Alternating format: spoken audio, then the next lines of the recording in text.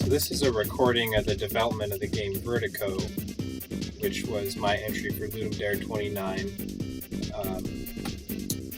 I decided to make you guys listen to my really doofy voice over the course of this recording, so you can actually understand what's going on.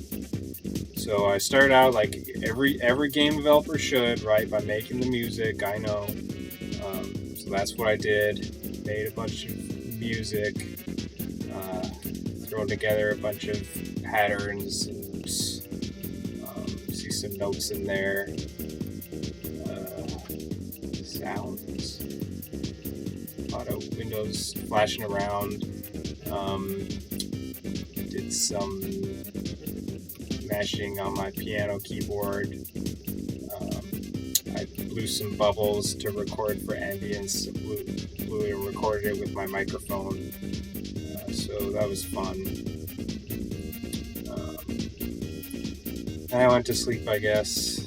Super important to conserve your stamina during these game jams, I think. At least for me, if I get too sleep deprived, I basically may as well be like out of my mind on drugs or something. Like I can't remember what I'm doing. People have to constantly remind me. There's even a video of me somewhere on the internet. That's the first global game jam, back when I had long hair, and some reporter asked me, "How do you feel right now?" And I'm just like, may as well be on another planet, because I hadn't slept at all, and it was terrible. I was working really inefficiently. 8 hours one night and 4 hours the next night, I found is the most efficient I can manage for a game jam. So anyway, I think making the music first worked out really well, because I used it as kind of a guide for the rest of the mood of the game. Oh, there I almost barfed because I took a zinc cold supplement.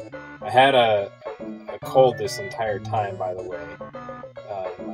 My keyboard was falling apart. Oh man, I'm so just everything went wrong, but somehow still I pulled through, I think. And then, so I made this little submarine. Adobe Photoshop crashed and it went away, and I had to make it again. Then I started making this isometric engine, made everything line up mostly. Had to make all the sprites so I could put a little level together. Made a sprite for the ice surface, the reef.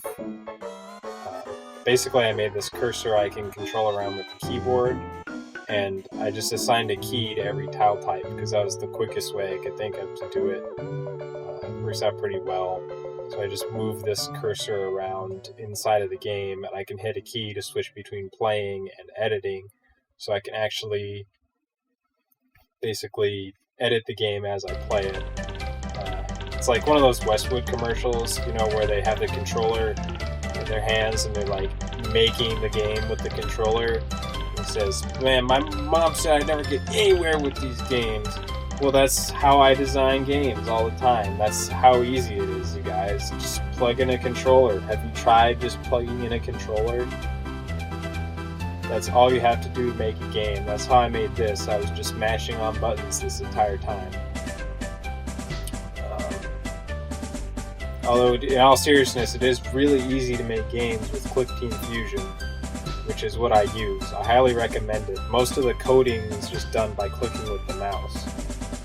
Very little typing actually involved, even though I don't necessarily mind using the keyboard, but it's just so fast in Click-Team Fusion to make stuff like this. It's really just blazing fast, especially once you get good at it. Really highly recommend it. I've been using it since it was click and play like 15 years ago. It's really great. I'm a programmer professionally, but I still use it all the time. So here's my 4 hours of sleep. Really hard to wake up after those 4 hours, but you gotta do it. You need that time. So by this point, I already had basically the whole engine feature complete, but there was no real level in place. We just had like every bare functionality, like, okay, so there's an enemy, there's a bullet, there's obstacles I can collide with, there's, everything's laid out so I could make a level or start making a level, even though there's more enemies and stuff I wanted to put. I could start actually roughing it out and making progress in something passable. It's really important to get, passable as soon as you can.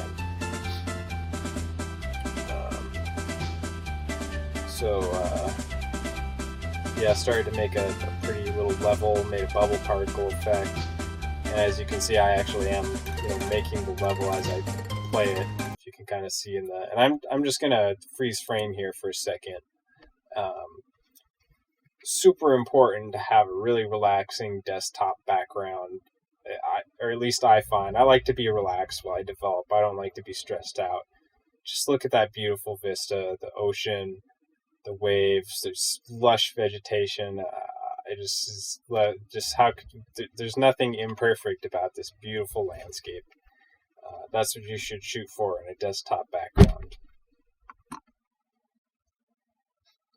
Wouldn't it be funny if there was like something incriminating, like a little folder on my desktop that said like porn or like credit card numbers? Good thing there's nothing like that on this desktop.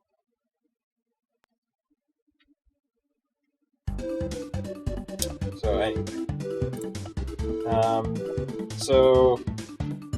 then I started making these little transparent things that you could see through. Made those.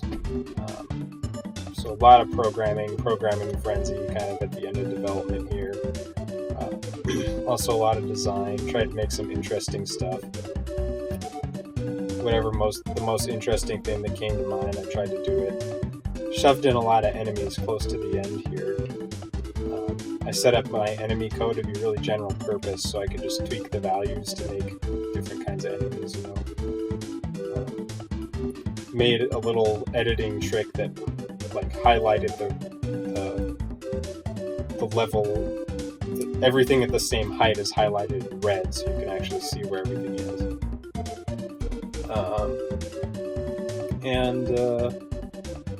I added some more sounds just for like sometimes I just make sound effects and Fruity Loops, like the sound at the start of the thing lowering.